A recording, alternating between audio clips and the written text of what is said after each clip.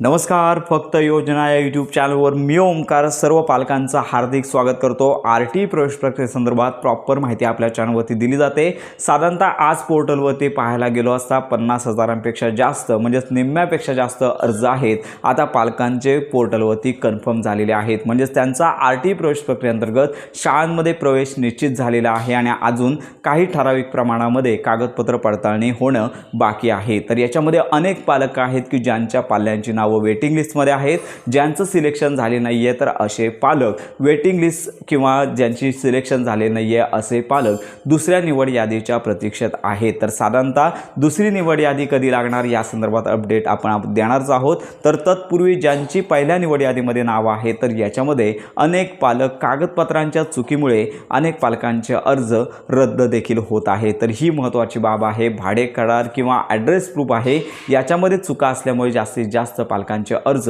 रद्द होत आहेत। साधारणतः संपूर्ण महाराष्ट्रातील ही आकडेवारी आपल्या समोर आली नाही आहे, पण अनेक पालक आपल्याला संपर्क साधून सांगत आहेत की या कारणामुळे आमचा अर्ज रद्द झाला, यापुढे आम्हाला काही करता येईल का? तर लक्षात घ्या की एकदा का अर्ज रद्द झाला तर त्याच्यामध्ये पुन्हा कोणतेही बदल करता येत नाही आहेत। आणि अनेक पालक आपल्याला एक प्रश्न विचारत आहेत की आम्हाला यावर्षी आरटी अंतर्गत लॉटरी लागली नाही आहे, आम्ही पुढच्या वर्षी प्रवेश घेऊ शकतो का? तर लक्षात घ्या हे देखील होणं अशक्य आहे। आणि याचबरोबर लक्षात घ्या की दुसरी निवड यादी कधी लागणार। साधारणतः पहिल्या निवड यादीमध्ये जे पाल्य आहेत त्यांच्या कागदपत्र पडताळणीसाठी पालकांना साधारणतः 30 तारखेपर्यंत मुदतवाढ झालेली आहे।